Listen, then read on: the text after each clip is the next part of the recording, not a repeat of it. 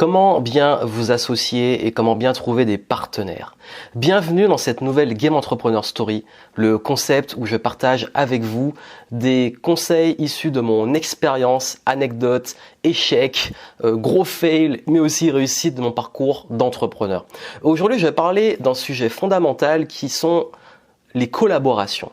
Comment bien collaborer, que ce soit en termes d'associés, de partenariats et tous les problèmes qu'il y a autour. Je vais partager avec vous vraiment des anecdotes extrêmement foireuses de m'être associé avec les mauvaises personnes, de trahison, de déception et puis surtout de toutes les erreurs qu'on peut faire qui peuvent amener à des collaborations foireuses avec des conséquences parfois assez graves.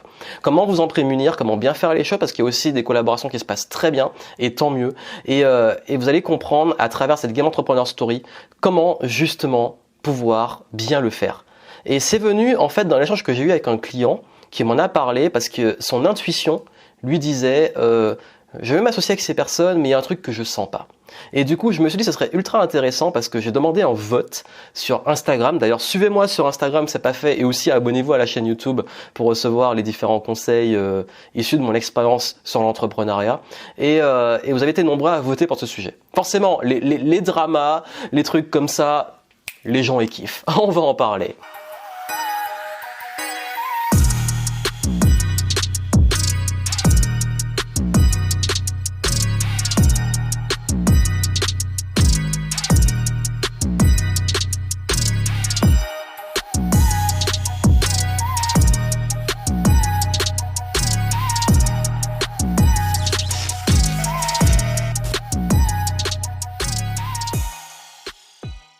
Comment justement s'associer? Comment trouver les bonnes personnes avec qui travailler? Comment justement bien gérer et cadrer des collaborations? Quelles sont les erreurs à éviter? Et puis surtout, là le but c'est de vous partager mon expérience parce que aussi il peut arriver de situation délicate de savoir comment sortir d'une collaboration qu'on ne sent pas ou comment sortir d'un truc où on se sent un peu piégé par rapport aux autres. Et bien entendu, ça va répondre aussi aux questions autour de est-ce qu'il faut se fier à son intuition et comment savoir si c'est les bonnes ou les mauvaises personnes avec qui travailler. Vous savez, en fait, je vais vous dire une première règle avant toute chose. Première règle, mais c'est au-delà juste de ce sujet, c'est une règle sur les relations. Toute relation, vous devez prendre vos parts de responsabilité. Et ce que je vais partager ici, c'est pas contre les gens avec qui ça s'est mal passé, c'est pas une histoire de j'ai pas de problème avec ces personnes-là, parce que j'ai aussi ma part de responsabilité. Dans toutes les collaborations que vous allez faire, dans tous les deals de partenariat que vous allez faire, vous avez votre part de responsabilité et cette responsabilité demande de poser vos limites et d'être clair. Je vais justement y revenir. Mais il faut comprendre que on a trop tendance à vouloir reprocher aux autres quelque chose ou à toujours rentrer en guerre contre les autres sans à un moment se poser et se demander quelle est sa propre part de responsabilité dans l'histoire. Si vous voulez que des collaborations se passent bien et si vous voulez créer des relations business qui soient saines, prenez vos responsabilités. C'est la première règle. Le point central de toute relation, c'est la confiance. La confiance. Faire confiance. Mais comment faire confiance? Comment choisir les bonnes personnes? Mais en fait, ça dépend. Ça dépend. C'est déjà, il faut comprendre, en fait, quand vous voulez vous associer, pourquoi vous voulez vous associer? Pour moi, il y a des bonnes et des mauvaises raisons de s'associer. Il y a des bonnes et des mauvaises raisons de collaborer, de chercher des partenaires. Je vais vous les donner. Les mauvaises raisons, c'est la peur. J'ai peur d'être seul. Je me sens pas à la hauteur. J'ai peur d'assurer ce projet tout seul et j'ai besoin d'autres personnes autour de moi pour me rassurer. C'est déjà arrivé, ça n'a pas été mon cas. Mais des personnes qui voulaient pas. J'ai vu ça de l'extérieur parce que j'étais à cet événement-là.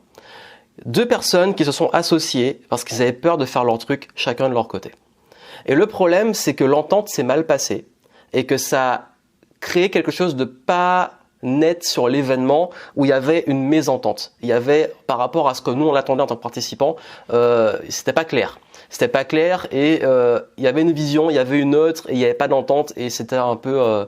ça s'est pas très bien passé, il n'y a pas eu de gros problèmes, mais on s'est rendu compte que chacun en fait voulait faire son truc, mais qu'ils l'ont fait parce qu'ils n'ont pas osé peut-être faire leur truc seul, et ça aurait été mieux en fait, parce que c'était vraiment pas compatible. L'autre mauvaise raison, c'est au-delà de ce besoin des autres parce qu'on a peur, c'est juste on s'entend bien, c'est cool, on est potes, super, on est potes, on s'entend bien, donc du coup on va collaborer. La collaboration, c'est un mariage. La collaboration, c'est quand on s'associe, c'est un mariage.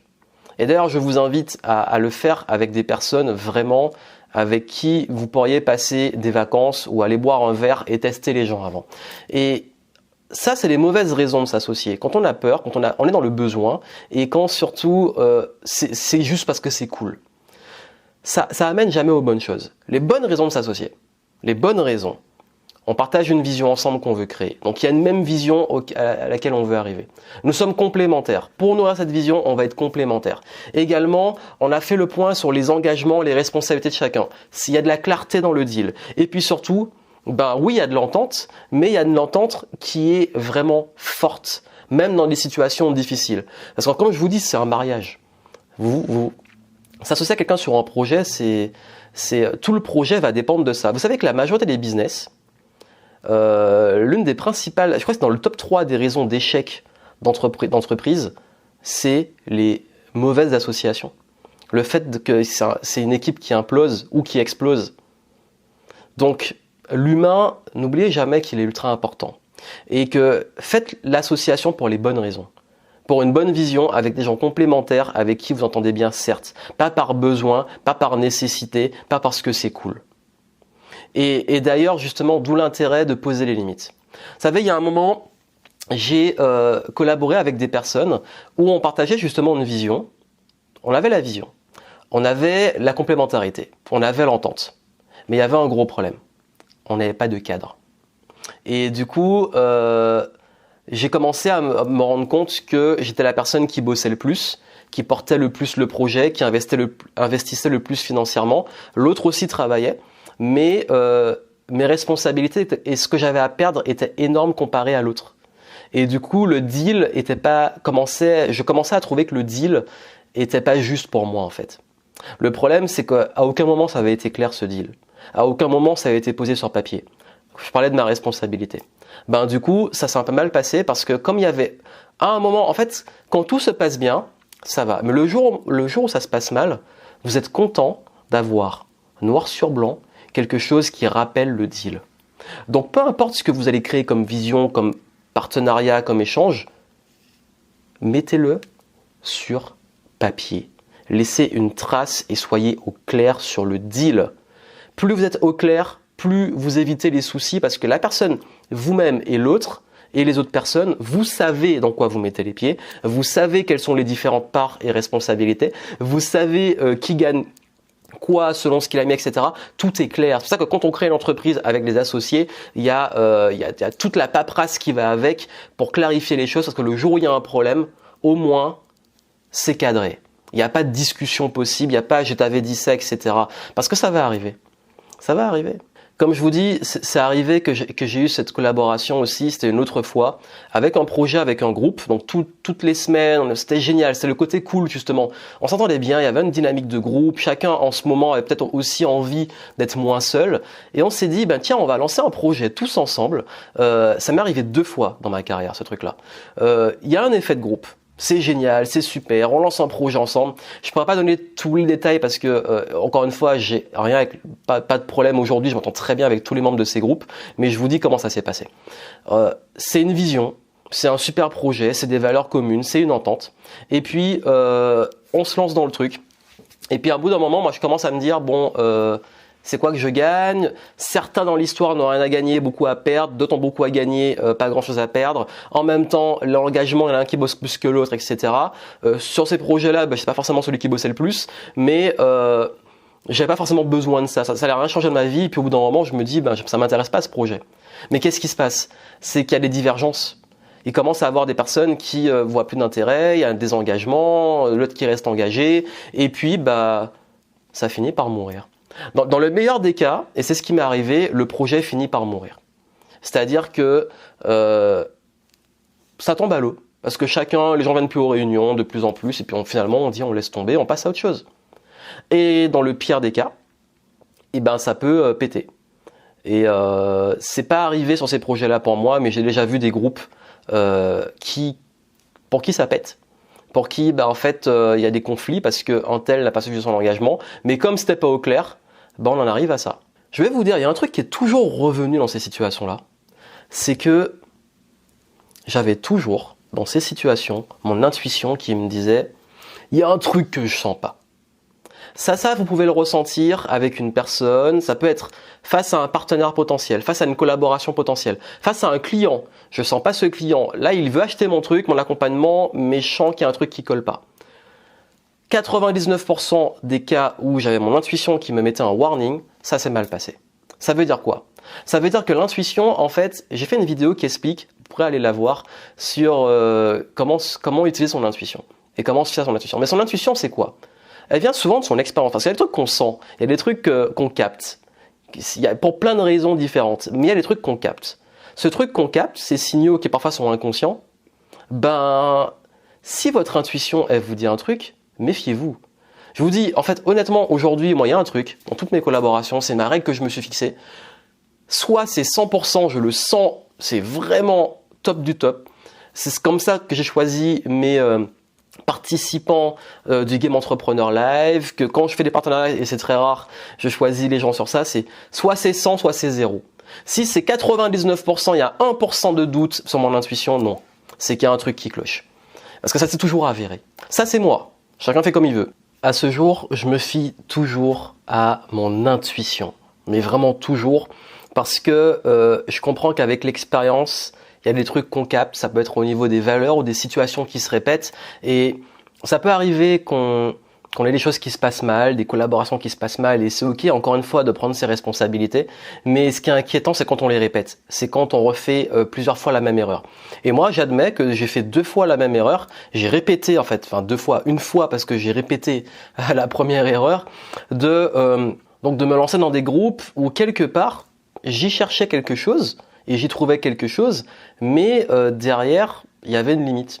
Et plus vous allez être au clair sur vous, qu'est-ce qui est important et vos limites, plus ça va bien se passer. Et d'ailleurs, de façon très personnelle, maintenant, j'ai compris une chose qui est très simple pour moi et que j'assume et que maintenant j'applique dans mon business, c'est que je préfère avoir mon indépendance. Je préfère garder mon indépendance, je préfère avoir mes projets à moi, et il y a des fois où j'assume entièrement que je préfère être le boss. Voilà, je préfère être le patron, je préfère gérer le projet et être à fond dessus plutôt que de faire des collabs.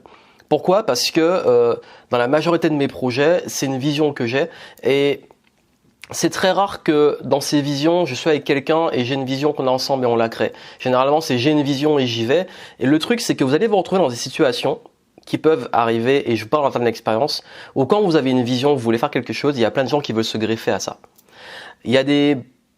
Dans ces gens-là, je dis pas que tout le monde a des mauvaises intentions, mais il peut y avoir ce qu'on appelle des parasites ou des vampires qui y voient un intérêt et qui vont ne pas hésiter à se greffer à ça. Et c'est là où je vous mets une alerte sur. Je parle vraiment, encore une fois, ce format est basé sur l'expérience. Chaque cas est particulier, chaque situation demande analyse. Mais je me suis rendu compte très souvent que quand vous commencez à avoir des projets vraiment ambitieux et que vous mettez beaucoup d'énergie dessus, ne soyez pas étonnés d'avoir énormément de personnes qui veulent leur part du gâteau, même s'ils n'ont pas participé à la fabrication du gâteau. Ça fait partie du game. Il y aura toujours des gens comme ça. Et ça, c'est à vous de savoir dire non et de mettre vos limites. Je peux vous donner un exemple très concret. Quand j'organisais mon premier Game Entrepreneur Live, et je vous ferai une Game Entrepreneur Story sur le Game Entrepreneur Live et tous les coulisses de l'événement. Et là, je vais vraiment prendre le temps. Je suis en train de le préparer là. Je vous ferai un truc complet. Que ça soit les pertes financières, les relations, ce que j'ai appris. Et ça a été pour moi, par rapport à d'ailleurs ce que j'ai investi en argent, ça valait tous les séminaires dev perso du monde. Donc, on en parlera une autre fois. Et l'une de ces leçons que j'ai vues dans cet événement, c'est que forcément, quand on fait un événement qui a une certaine portée, il y a plein de gens qui veulent être conférenciers intervenants. Or, moi, je le dis au début, quand j'ai fait cet événement, j'ai choisi mes intervenants sur les critères que je vous ai donnés. Et les valeurs, confiance, j'avais déjà travaillé avec toutes les personnes que j'ai appelées pour cet événement. Et plein de gens que je connais, mais avec qui j'ai pas travaillé, m'ont demandé. Et c'est un truc dans cette industrie, c'est que dès que vous faites un événement, les gens veulent leur moment de gloire et veulent aller sur scène. Et le truc, c'est que il y a des personnes qui ont très bien compris. Voilà, tu demandes, c'est normal. Et j'ai dit que j'avais tout ce qu'il me fallait. Et il y en a qui l'ont mal pris, certains m'ont insulté, Certains ont commencé à me dénigrer sur les réseaux sociaux. Certains ont commencé à vouloir mettre des bâtons dans les roues dans la création de cet événement. Sauf que si vous me connaissez un peu, vous savez que moi, il y a des trucs qui passent pas et que si vous décidez d'être mon ennemi, je peux être, voilà. Je vais stopper le truc très vite. Je vais vous faire comprendre que si vous voulez jouer, voilà, faut bien jouer. Parce que je suis comme ça, je mets mes limites. Je suis pas quelqu'un qui va faire du mal aux autres. Je suis pas quelqu'un qui a de l'énergie à aller pourrir les autres. Par contre, et je vous parle vraiment de collaboration et de rapport humain, si quelqu'un décide d'être contre moi, ben il va se prendre un bulldozer. Parce qu'en fait, j'ai des limites très fortes qui font que je n'accepte pas que des gens me mettent des bâtons dans les roues. Et ça, c'est important que vous n'ayez pas de devenir comme ça, parce que c'est quelque chose qu'on développe et qu'on apprend dans le temps. Mais méfiez-vous. Méfiez-vous parce qu'on peut tomber dans le piège que je vous ai dit, de se dire, comme on n'est pas forcément en confiance, si des gens peuvent m'aider, et ils ont l'air d'avoir des bonnes intentions, machin, mais n'oubliez pas que quand vous êtes dans un projet et que des gens veulent se greffer au truc, soyez extrêmement méfiants. Parce que c'est toujours comme ça.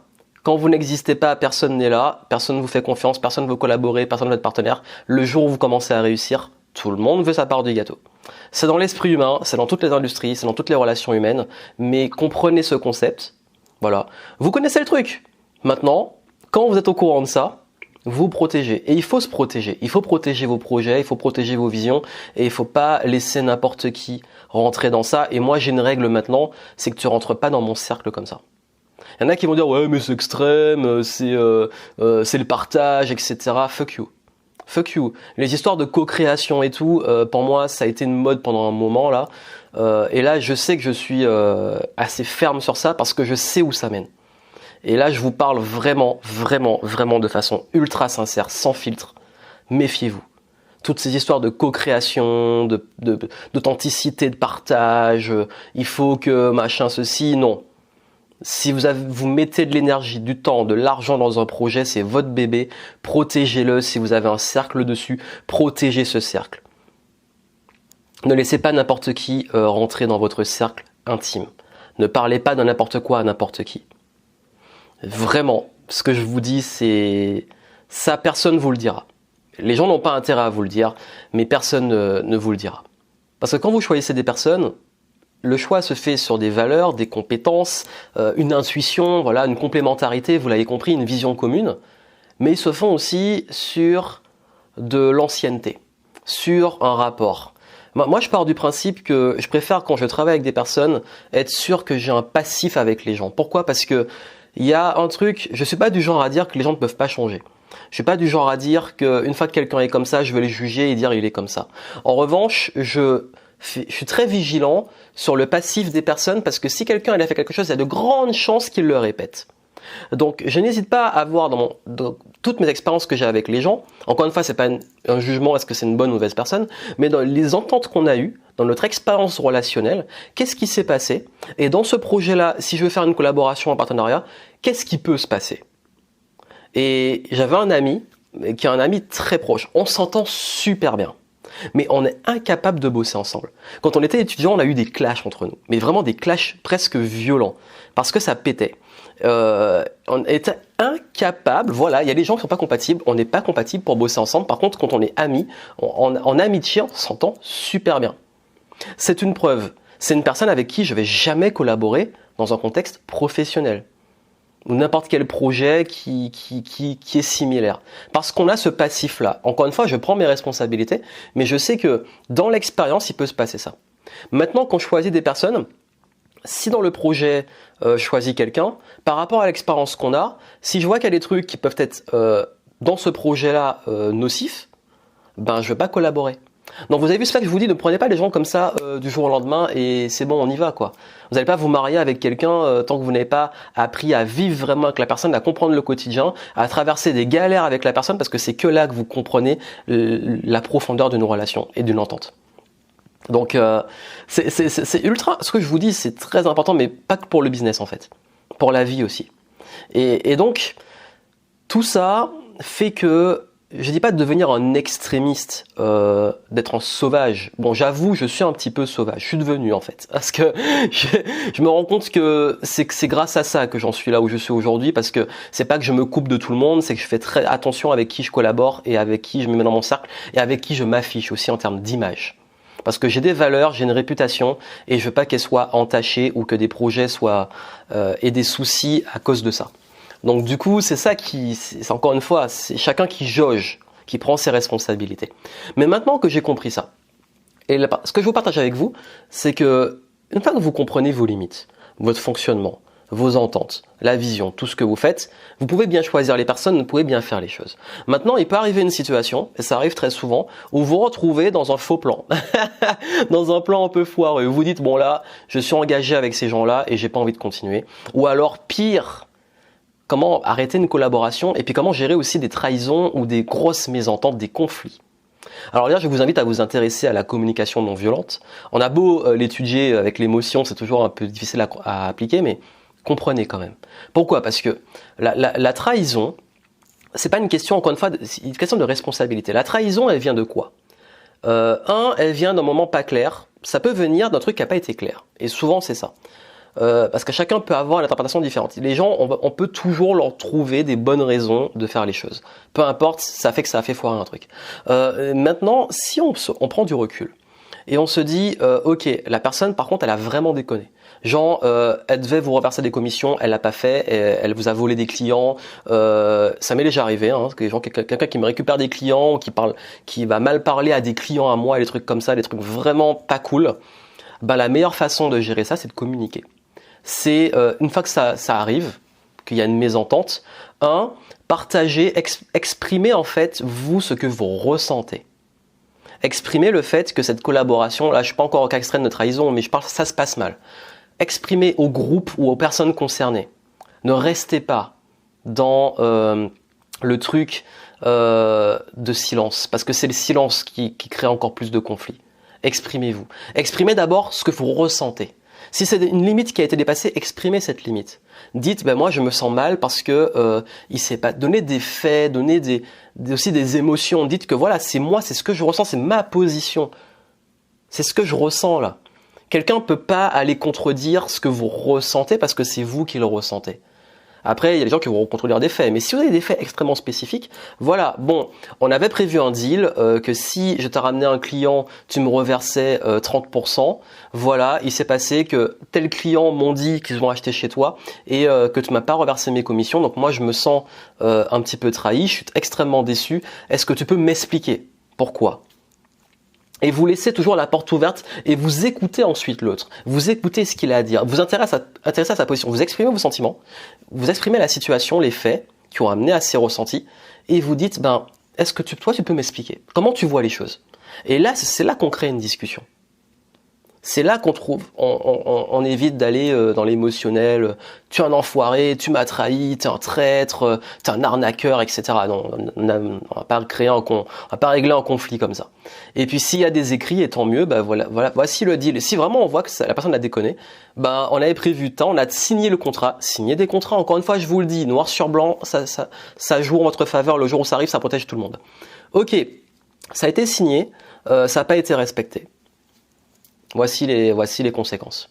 Point barre. Après, si vous trouvez un terrain d'entente, on arrête la collaboration, on en reste là. Et on évite de rentrer dans les dramas.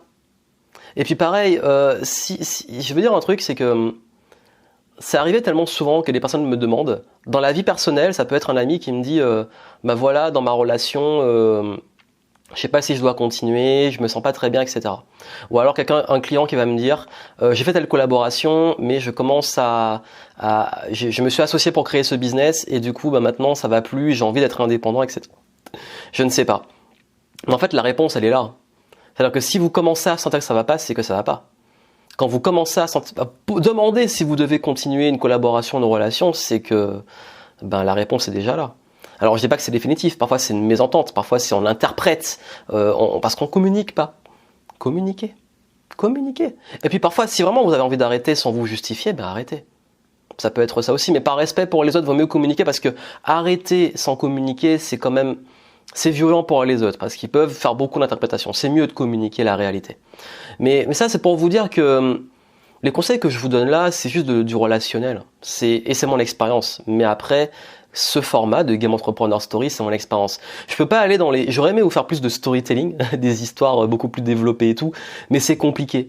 C'est compliqué parce que j'ai pas envie que ça soit associé à des personnes ou que les gens interprètent ou qu'ils se disent ah mais en fait qu'on a fait cette collab, en fait j'ai pas envie de rentrer dans ça parce qu'encore une fois je vous ai dit c'est pas personnel, j'ai rien contre ces gens-là. La plupart des collaborations qui sont mal passées jusqu'à ce jour, je suis en bon terme avec tout le monde en fait. J'ai pas de conflit avec des gens.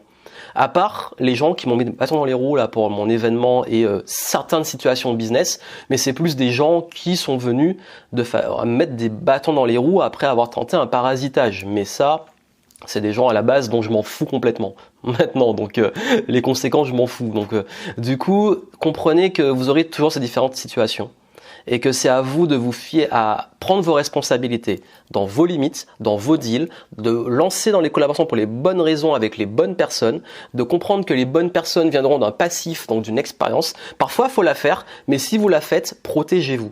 Et si vous commencez déjà à avoir un cercle, protégez ce cercle. Parce que le moindre parasite qui rentre dedans, on a connu ça, on a connu ces gens, surtout au collège et lycée, qui pouvaient détruire des groupes ou des relations. Ou les vampires qui arrivent, qui prennent tout. Voilà, c'est normal de se protéger, il n'y a pas de mal à ça. C'est pas qu'il y a des bonnes ou des mauvaises personnes, c'est qu'il y a des projets qui vous demandent des ressources, qui vous demandent des enjeux, et que c'est en se protégeant, en faisant bien les choses, que vous pouvez entretenir encore une énergie saine et un groupe sain. Et je fais ça aussi avec mes clients. Je laisse pas rentrer n'importe qui, je laisse pas rentrer des parasites. Pourquoi ? Parce que le moment où vous faites n'importe qui rentrer dans votre cercle ou dans une communauté, ça peut créer un engrenage. D'ailleurs, c'est un truc qu'on apprend en gestion de communauté, et en relations sociales, c'est que un élément perturbateur peut créer du chaos. Et d'ailleurs, vous voyez ça dans les publicités sur les réseaux sociaux. Dès qu'il y a une publicité dès que quelqu'un commence à rentrer dans du négatif, ça s'enchaîne. Et quand c'est du positif, ça s'enchaîne. Nous sommes des bêtes sociales, tout est contagieux, donc d'où l'intérêt que si c'est contagieux, vous préférez être contaminé par des gens qui vous tirent vers le haut, par des gens qui partagent vos valeurs, qui ont une vision commune. Le but, c'est pas d'être contre les autres, c'est pas d'être contre les personnes, c'est d'être avec, d'être unis, d'être pour. Et pour ça, créer justement des collaborations et des partenariats qui vous nourrissent et qui soient viables sur le long terme. Et si un jour même ça se passe mal ou que ça va pas, prenez vos responsabilités, posez les limites et terminez les choses de façon bien, parce qu'il n'y a rien de sain à rester sur des conflits. Donc dites-moi ce que vous en pensez, ça m'intéresse d'avoir vos vécus, vos expériences sur ce sujet, et puis j'espère que le format Game Entrepreneur Story vous plaît, et si vous souhaitez d'autres anecdotes, d'autres histoires, n'hésitez pas à vous abonner à la chaîne YouTube, à avoir aussi des conseils que je donne régulièrement sur cette chaîne, et puis aussi à aller voir la playlist Game Entrepreneur Story si vous voulez d'autres anecdotes, d'autres histoires. Vous pouvez aller voir notamment celle où je parle de comment les mauvaises expériences clients que j'ai eues, si vous voulez voir ces rapports sociaux, mais cette fois-ci avec des clients. Donc voilà, plein de succès à vous, entourez-vous bien, et moi je vous dis à très bientôt.